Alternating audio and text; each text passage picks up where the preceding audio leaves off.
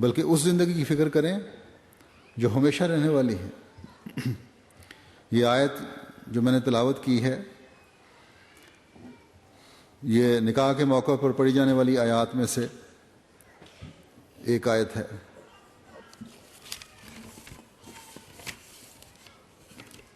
اللہ تعالیٰ اس میں فرماتا ہے کہ اے لوگو اپنے رب کا تقوی اختیار کرو جس نے تمہیں ایک جان سے پیدا کیا اور اسی سے اس کا جوڑا بنایا، اور پھر ان دونوں میں سے مردوں اور عورتوں کو بکثرت پھیلا دیا، اور اللہ سے ڈرو جس کے نام کے واسطے دے کر تم ایک دوسرے سے مانگتے ہو، اور رحموں کے تقاضوں کا بھی خیال رکھو، یقیناً اللہ تم پر نگران ہے۔ ان آیات میں سے ایک آیت جو شروع میں تلاوت کی گئی ہے اس میں بھی پڑھی گئی تھی، پہلی آیت نکاح کے موقع پر پڑھی جانے والی آخری آیت ہے وہ، اور تلاوت کی پہلی آیت تھی۔ تو بہرحال ان آیات میں ایک ایسا مضمون بیان ہوا ہے، اگر دونوں فریق اس پر عمل کریں تو سوال ہی پیدا نہیں ہوتا کہ گھریلو جھگڑے ہوں، رنجشیں پیدا ہوں اور رشتے ٹوٹیں یا سسرال سے مسائل پیدا ہوں۔ اس آیت میں فرمایا کہ تمہیں ایک جان سے پیدا کیا ہے، اس کا ایک مطلب یہ ہے کہ تمہیں ایک مشترکہ مقصد کے لیے پیدا کیا گیا ہے، اس لیے مرد اور عورت، خاوند اور بیوی اس مشترک مقصد کے لیے مقصد کی تلاش میں رہو، اسے ڈھونڈو،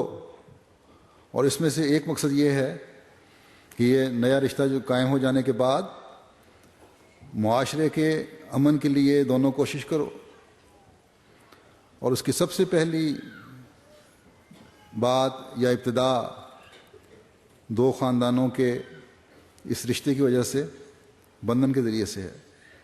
جو جڑا ہے، آپس میں تعلق پیدا ہوا ہے۔ بس اس تعلق کو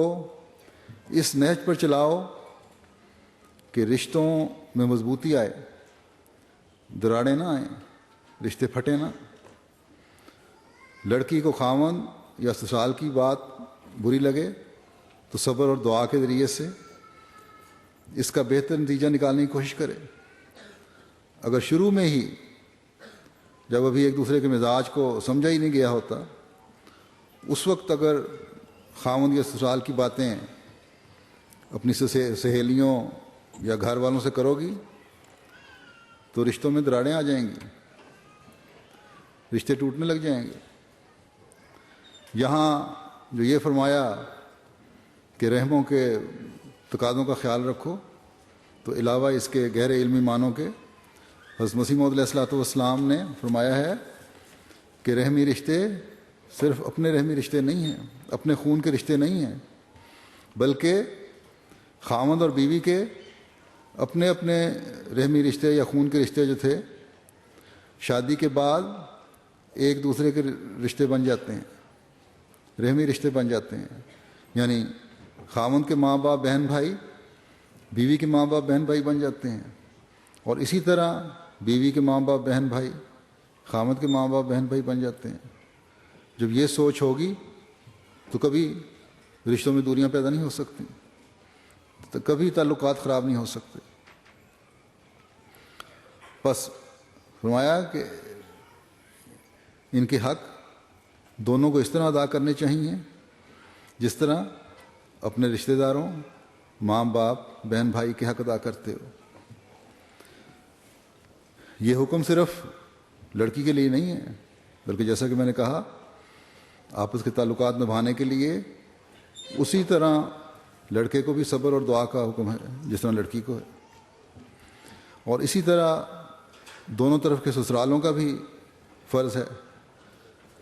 کہ لڑکے اور لڑکی کی غلط طور پر رہنمائی کر کے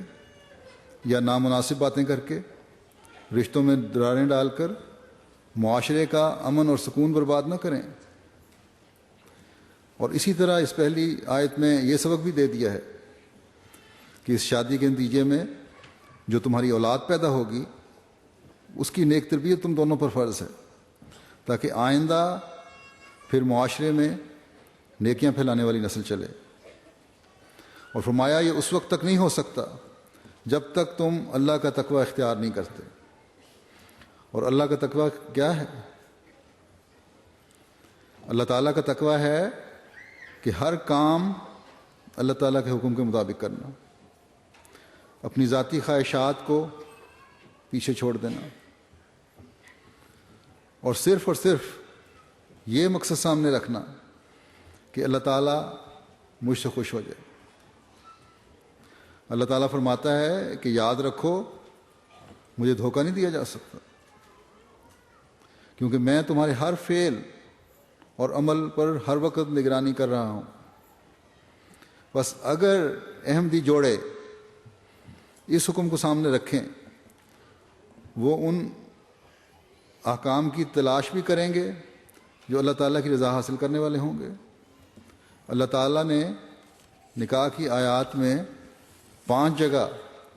تقویٰ کا لفظ استعمال فرمایا ہے۔ بس ہو ہی نہیں سکتا کہ جو اس حد تک خدا تعالیٰ کے تقویٰ کو مد نظر رکھے، اس کا گھر کبھی فساد کا گڑھ بن سکتا ہے، یا کبھی اس میں فساد پیدا ہو سکتا ہے، کبھی لڑائی جھگڑے اس میں پیدا ہو سکتے ہیں۔ اور اسی طرح جو رحمی رشتوں کا پاس کرنے والا ہوگا، جو ایک دوسرے کے رشتوں کا پاس کرنے والا ہوگا، ان کا خیال رکھنے والا ہوگا، اس کی دعاؤں کی قبولیت کی خوشخبری بھی دے دی گئی ہے اس میں۔ بس اس سے پھر روحانی ترقی کے راستے کھلتے ہیں۔ گویا آپس کے یہ شادی بیاہ کے نتیجے میں پیدا ہونے والے تعلق صرف دنیا کی خاطر نہیں ہے، صرف ظاہری نسل چلانے کے لیے نہیں ہے، یہ اس لیے قائم رکھنے ہیں کہ خدا تعالیٰ کی رضا حاصل کی جائے۔ تو پھر یہ اولادوں کی اچھی تربیت کرنے میں بھی کردار ادا کرتے ہیں، معاشرے کے امن میں بھی کردار ادا کرتے ہیں، اور اللہ تعالیٰ سے تعلق مضبوط کرنے میں بھی کردار ادا کرتے ہیں۔ بس جہاں یہ مرد کی ذمہ داری ہے کہ اپنی شادی اور عائلی تعلقات کو خدا تعالیٰ کی رضا کا ذریعہ بنائے، اسی طرح یہ عورت کی بھی ذمہ داری ہے کہ ذاتی خواہشات اور جذبات کو ایک بڑے مقصد کی خاطر قربان کریں، اور وہ بڑا مقصد جیسا کہ میں نے کہا اللہ تعالیٰ سے تعلق اور نیک نسل کا پھیلانا ہے۔